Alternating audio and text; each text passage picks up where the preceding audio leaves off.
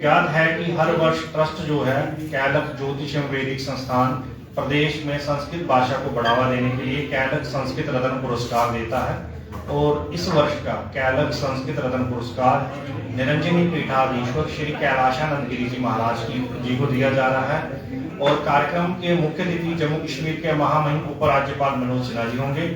विशिष्ट अतिथि जम्मूनाथ विधानसभा के विधायक श्री श्यामलाल शर्मा जी होंगे और शाश्वत अतिथि जो है BN त्रिपाठी जी कुलपति कृषि विश्वविद्यालय जम्मू होंगे। यह कार्यक्रम 27 तारीख बुधवार को दोपहर 3 बजे मैजेस्टिक ग्रैंड रिजॉर्ट जो मिश्रीवाला में है, जम्मूनाथ विधानसभा के अंतर्गत आता है, वहां पे यह कार्यक्रम होगा। इस कार्यक्रम में जम्मू कश्मीर के अलावा अन्य राज्यों के भी संस्कृत के विद्वान आ रहे हैं। इस कार्यक्रम में जो है हमारी जम्मू कश्मीर की संस्कृति को प्रदर्शनी के माध्यम से दिखाया जाएगा और सांस्कृतिक कार्यक्रम भी होंगे और संस्कृत को कैसे बढ़ावा दिया जाए ये इस पे चर्चा भी होगी। और जम्मू कश्मीर की भूमि संस्कृत के विद्वानों की भूमि रही है। महर्षि अभिनव गुप्त, कल्लन, विल्लन जैसे संस्कृत के बड़े बड़े विद्वान इस धरा से हुए हैं। विश्व की प्राचीन पुस्तकें नीलमत पुराण, राजतरंगिणी की रचना इस भूमि से हुई है। उसी परंपरा को अग्रसर करते हुए ट्रस्ट जो है प्रदेश में संस्कृत भाषा को बढ़ावा देने के लिए कार्यक्रम कर रहा है। और मेरा आप पत्रकार बंधुओं से भी आग्रह है कि आप भी उस कार्यक्रम में आके हमारे कार्यक्रम की शोभा बढ़ाएं। आपके माध्यम से ही प्रदेश में जो है संस्कृत भाषा को बढ़ावा मिलेगा और अपना बहुमूल्य समय अवश्य दें। और इसकी जो एंट्री है निःशुल्क है।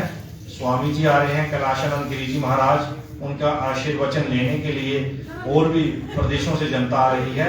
आप समय पर आ जाएं, आपको कोई दिक्कत ना हो। अगर कोई समस्या आती है तो आप हमसे संपर्क कर सकते हैं। आप क्या कहना चाहेंगे कि अभी संस्कृत को लेकर प्रदर्शन देखने को मिले हैं, संस्कृत को बढ़ावा देने के लिए सिर्फ कार्यक्रम तक ही सीमित रहता है प्रशासन का, या फिर वाकई में जब जमीनी स्तर पर बात आती है तो किसी तरह की पोस्ट संस्कृत को लेकर नहीं निकाली गई?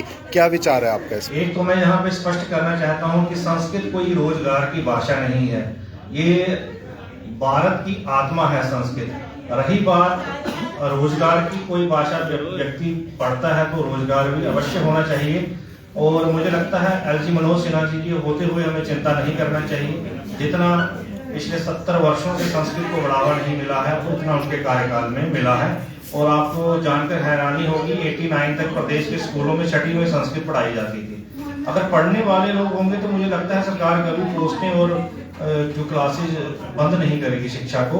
और LG साहब से हमने आग्रह किया था कि माता वैष्णो में डिपार्टमेंट नहीं है, यूनिवर्सिटी कब खुली थी, उन्होंने डिपार्टमेंट खोला। गुरुकुल कटरा में संस्कृत की सीटें बढ़ाई। तिरुपति मंदिर सिद्धरा में एक एग्रीमेंट किया है। और रही पोस्टों की बात, इस विषय में हमने संज्ञान लिया है। आपने पेपरों के माध्यम से देखा होगा, जो इसके कमिश्नर सेक्रेटरी हैं SK गुप्ता जी, मैंने उनसे मुलाकात की है, उनको ज्ञापन सौंपा है, उस पर वो कार्रवाई भी कर रहे हैं। जल्द और कुछ हुआ होगा तो संस्कृत के पक्ष में ही निर्णय आएगा। और मैं संस्कृत के विद्वानों से आग्रह भी करूंगा, नियुक्ति होना अच्छी बात है, पद मिलना अच्छी बात है, पर लोगों को भी मोटिवेट करें, अपने बच्चों को जो है संस्कृत पढ़ाएं। अगर हर एक कॉलेज में संस्कृत पढ़ने वाले 100 या 50 विद्यार्थी होंगे तो सरकार पद भी देगी और नौकरियां भी मिलेंगी। और हमें संघर्ष करना है तो 6वीं से संस्कृत प्रदेश में लागू हो तो रोजगार भी मिलेगा।